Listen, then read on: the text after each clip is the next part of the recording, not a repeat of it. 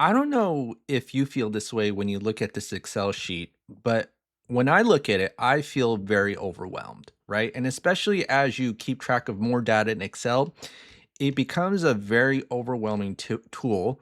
And let me tell you why most people have trouble keeping track of their debt. So, reason number one is if they're using a whiteboard, that's just a mess. Like, here's the thing, you can't even send your accountant whatever scribbles you put on a whiteboard. So, this is why we don't use a whiteboard.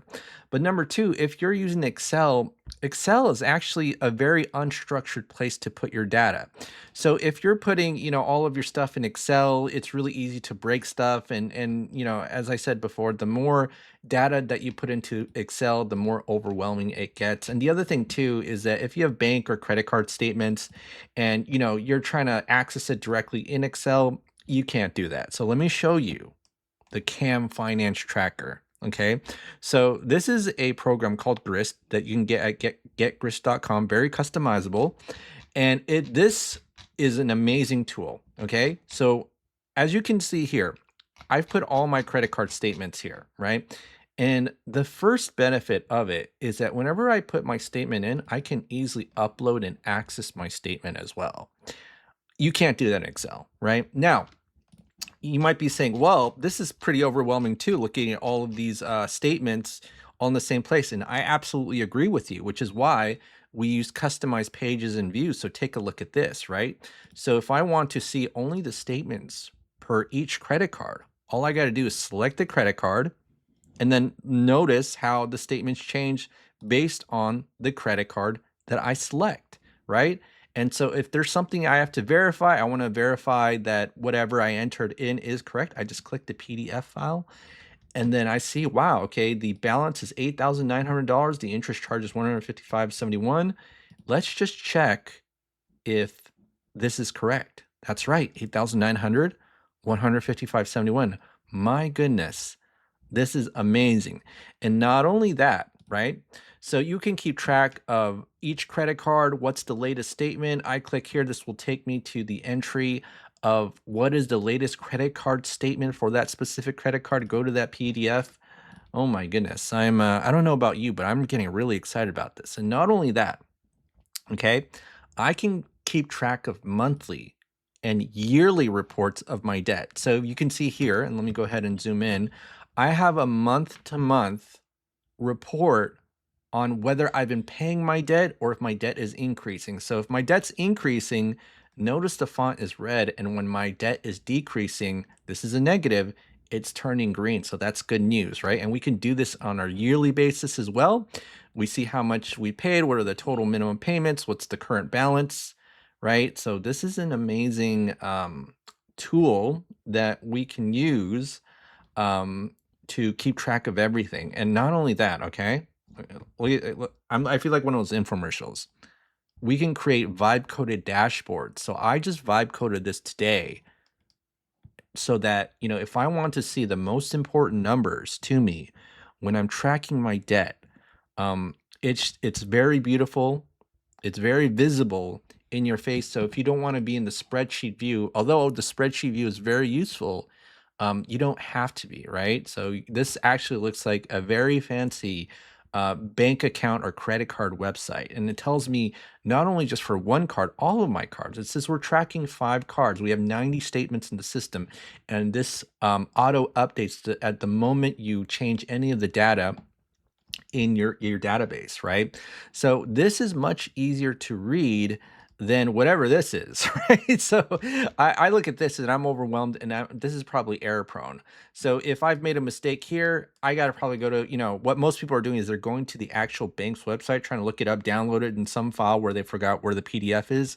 No, I'm not doing that. I just got to go here.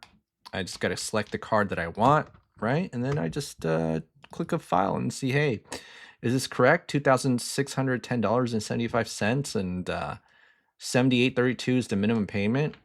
Oh my goodness.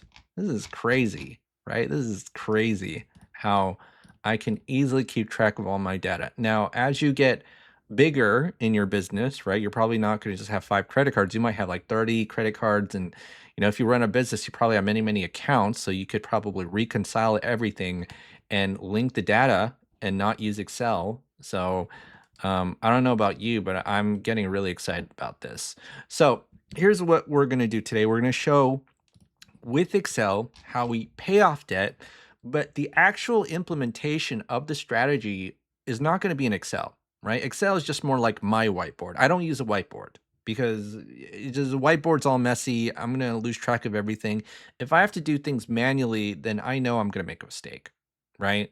And so we're trying to minimize the amount of errors that we're making in our calculations. And what we're going to do is to keep track of everything here is essentially just put it in a structured format so that even if we do screw up, we can easily correct it, right? Oh my goodness, right? So we have all the credit card statements here. And then now we just kind of have a filtered view of the statements. And then we can also create yearly or monthly reports or any type of report, really. I just find this to be the most useful to see what's the change in the debt. And then also what's the yearly change in the debt, right? And so here we have our debt dashboard. I am so in love with this. This looks so cool, right? I just did this with Claude. The Gris gave me instructions on how to do this, and I am pretty much blown away. All right, so now if you want a system like this, yes, I will charge you to help you get set up, but go ahead and click the Google form link below. And if you want to get set up, and I'll help you with all of this. But yeah, let's go ahead and get started with our presentation of how we would pay off debt using what we call the velocity method. So there's really two main banking styles that we talk about: the average American banking style and the velocity method. We used to call it something else, but the original name was kind of deemed to be not allowed by the state of Illinois. I'm not even kidding about this. So, what is the average American banking style like? You get paid, you pay your bills, right? And then whatever's left over, we're trying to hold into our checking and savings. Okay. Like the checking and savings account is the final destination for our money.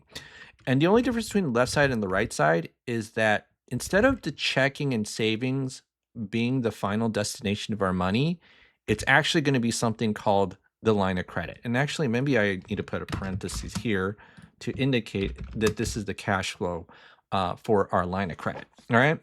Now, you might be looking at this and say, what's the big deal? The numbers look exactly the same on the left side and the right side. Yes, that is true until we make a few adjustments based on if we're able to get a line of credit or not. And if you've never heard of line of credit, it's a very fascinating tool that's available in many banks and credit unions, but they just don't, advertise, right? I kind of think of it as like the salad at McDonald's. I don't know if the McDonald's these days offer salads, but I know they used to, and they had fruit trays, and I'm like, what are you doing? If you're a fast food restaurant and you make money by uh yeah, ruining other people's health, I don't know about you, but offering the salad is admitting that you effed up, right? That's a Bill Burr joke. So anyways, all right. So there's a line of credit. So what's a line of credit? It's basically a financial tool where you could borrow money, pay it back, and then use it over and over again.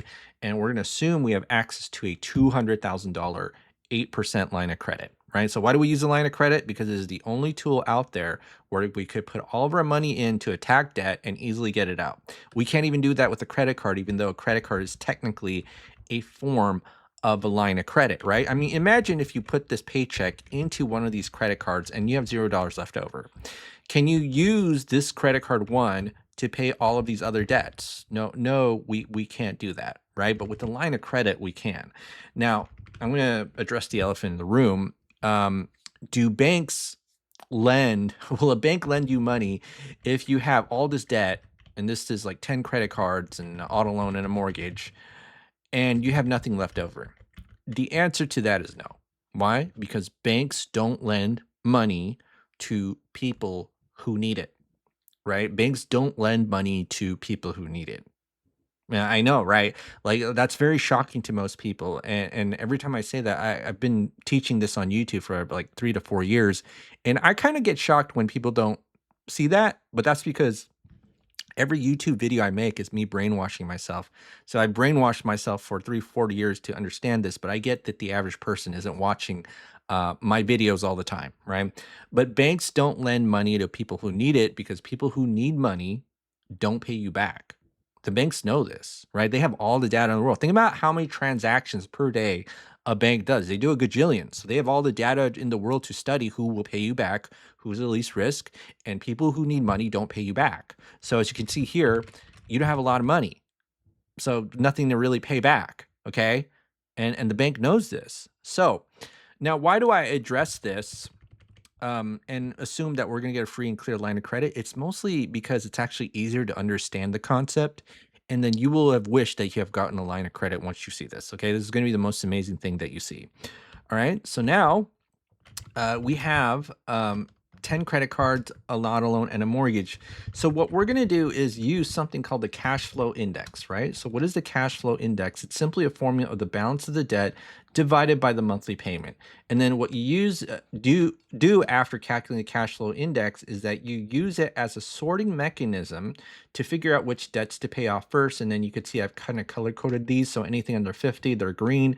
Orange is like caution, and then red is don't pay it off first, right? So definitely pay this off one last. Now you might be looking at this and saying, why would I want to pay off the 30-year mortgage last, right? It's because it's a lot of bang for your buck. I'm sorry, it's a little bang for your buck. So you got to pay $300,000 for only $1,400 of cash flow. Whereas I could just pay, these two credit cards, $45,000, and I could get the same amount of cash flow as that huge 30-year mortgage, right? So we want to get as much cash flow as we can, and then apply it to the other debt. So we eventually do have to pay the 30-year mortgage, right? But we got to pay it off last, okay?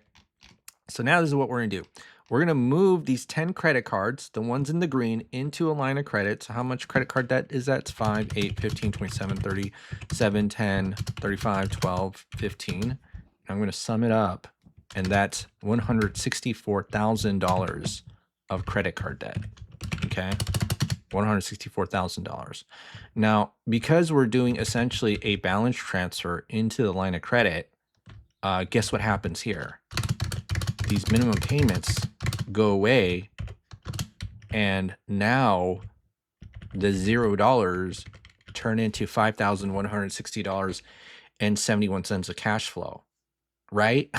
So just by simply changing the relationship that we treat our checking account and our line of credit, we were able to create this much cash flow without doing anything, okay?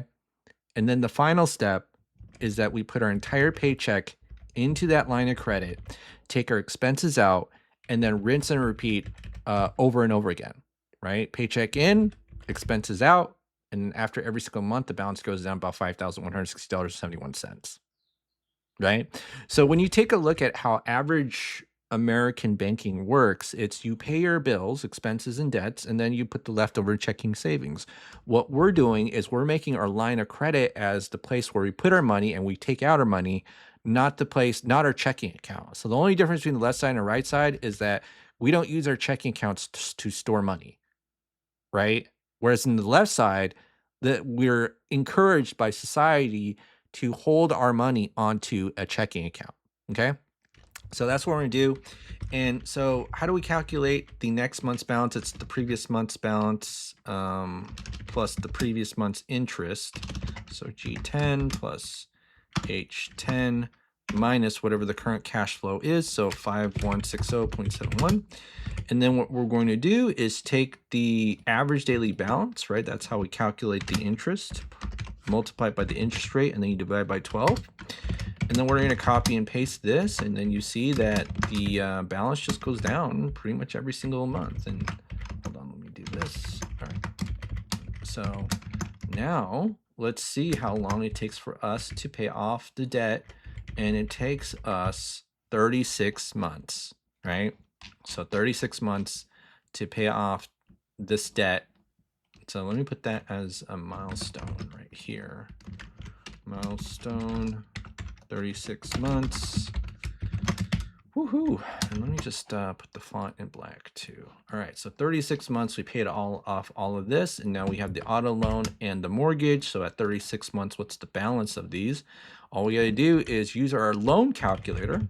So if you didn't know, Excel has these pretty neat financial tools where you could calculate the current balance of the amortized loans if you just kind of put in the month, right? You can auto calculate the payment, get the balance, and then you see that this is the cash flow index of these loans, and we're just going to pay the auto loan first. So why pay off the auto loan?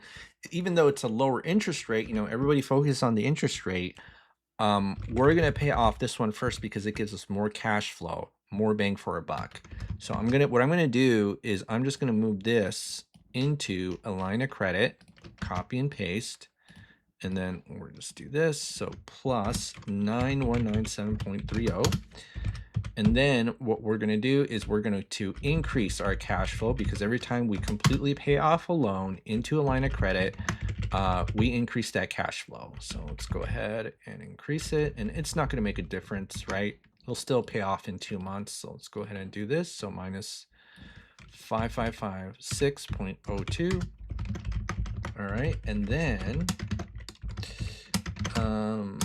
this is going to be 38 months, right? Oh, sorry, I highlighted the wrong cell. 38 months till we pay off the auto loan. So, once your credit cards get paid off, 2 more months, and then, or yeah, 2 more months till the auto loans paid off. And let me go ahead and highlight or make that black, make it easier to read.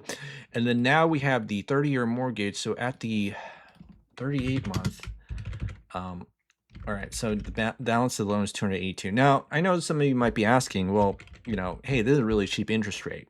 And, the cash flow index is really high, which means that it's not taking that much of my cash flow. Now, why would I want to pay it off if this cash flow index is high and I got a low interest rate? Well, the way that banking works is that they make the most amount of money if you make small payments over time.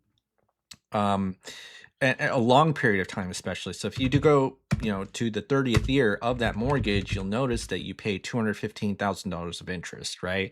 And so what I would prefer, this is just me, is that, hey, I just pay it off so I don't have to pay that $200,000 of interest. Okay, and that's what we're gonna do.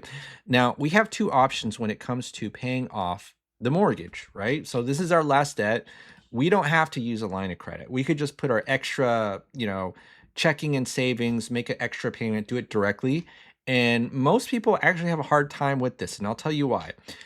How many people do you know who can overpay a credit card? Even though a credit card is technically a line of credit, how many people do you know? Most people cannot do that, because if I put my entire paycheck into a credit card and I have other debts and things I can't pay for with a credit card, that causes a little bit of friction issue.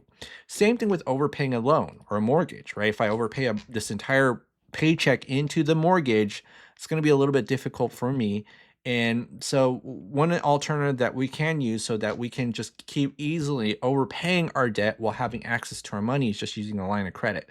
Now, I know what some people say is just, hey, why don't you just directly overpay the loan and just use a line of credit as a backup? You can do that too, right? But what I'm trying to do is present you the easiest implementation, because all you have to do is just put your entire paycheck in, expenses out. And if you have to really think about how much you're overpaying, especially with the loan, because the loan's a one-way street, then anytime you add friction to the process, that gives you a less likelihood of achieving your goals, right? But one of the things I do want to show is that, hey, even if you're using an 8% line of credit and you have a 3 or 4% loan, not really a big deal if if you don't make this one big mistake. And I'll tell you what the one big mistake is. It's basically moving the entire 30-year mortgage into a line of credit. And so why is that? So you kind of just think about this rationally, right? What does this high cash flow index mean? Well, it basically means that if you move this entire loan into a line of credit, I only get an itty bitty amount of cash flow. Okay. Whereas when I move the car loan into the line of credit, even though it's 3%, I got a relatively big amount of cash flow, right? So if I move this entire balance at 4% to 8, and I'm only getting a little bit amount of cash flow, I'm going to end up overpaying. And I'll show you the 2 scenarios. Now, let me go ahead and just kind of put in the details here. And actually, let me just see, what is our current income? So 8988.27. Okay, so that would be this one. 8988.27. And what's our expenses? Our expenses is everything except for the loan we're trying to pay off. So it's 2,000 for now, but we could probably up this at 3,000, just because we have so much of our debt paid off, and we have what I call rich people problems. All right, so now 3,000. Okay, and what's the current balance of the debt? It is going all over the place here. 282,520.04. So 282,502.04. Is that right? Let me just quickly check. 520.04. All right, so I just gotta switch the 2 into 0. Okay, so now let me just kind of show you something. I'm gonna move the entire loan into the line of credit. Okay. Now you might be looking at this. Whoa, we paid off the loan in 4.8 years, and it's 59 grand of interest, right? So that's a lot less than 131. Okay, but let's just take a look at this. What if I just moved? We did it in little pieces, right? Incremental debt payoff. We're doing little sweeps, 9,000 from the loan into the line of credit, and constantly repeating it over and over again, paying it off. 20 grand. 4.3 years, right? So that's why I say that if you move the loan into the line of credit, you're going to overpay, and it's going to take a little bit longer, right? And I know some people are looking at this, right? They're looking at this and saying, oh my goodness, this is an 8% line of credit, and you're using it to pay a 3% loan. You are so overpaying. This is a ripoff, right? And I'll just say this. Okay, well, let's just, assume you were able to get a magical unicorn of a 1% line of credit. Just 1%, because I just want to show you what the difference is. 1%. Now remember these figures, 4.3 years and 20 grand. Oh, barely made a difference. Barely made a difference. 17.9. Let me go 8. You see, it's 20. So it's almost like almost a little bit more than 2 grand difference, right? So yes, obviously the interest rate does matter, right? You want the highest interest rate possible, but it makes much more bigger of a difference if you move the entire loan into line of credit, or the interest rate does. Okay.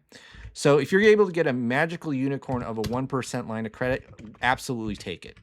Okay. But what this is basically an easy way for you to overpay your debt without worrying, oh my goodness, am I really overpaying that loan? If I do, how do I get my money back? Or how do I manage my money? Right? So that's really why I don't really worry about the interest rate. And if I go from 8 to 15, you see how it's just 2 grand more? Okay, so it seems like every 7% or so where there's a difference, it seems like the amount of interest I pay is about 2 grand more. Okay. Now, 2 grand in the context of things is just kind of the price of convenience, in my opinion, right? Like if this makes it really easy for me to pay off the debt because I don't have to think, and I'm just making sure that my money is constantly attacking debt and I don't have any issues taking out my money, I will definitely use this method than having to overthink and try to save the most amount of money possible, right? There's a reason why we pay extra for tools and for conveniences, but we don't want to overpay for that, okay? All right, so now let's go ahead and put this to 8. So we'll say this is 20 grand, 4.3 years. And then I'm just gonna go here. Actually, it's right here. So this is gonna be 38 divided by 12 plus 4.3, and that's going to be 7.47 years we're debt-free, right? And let's go ahead and make this into green font because it's good news, right? This ugly cash, non-cash flow sucking but interest-bearing loan we have to eventually pay off, but we got to pay off last, okay? All right, well, that's it for today, folks. Korean Atlanta mentorship. So I don't know about you, but are you excited about this? Do you want this in your life? Go ahead and click the Google form link below, and it'll send me an email and tell me you want this and you want to keep track of your debts and you want to plan. Well, let's go ahead and get started. Okay, it's my call to action. Okay, well, that's it for today. Have a great day, and I will see you all on the next video.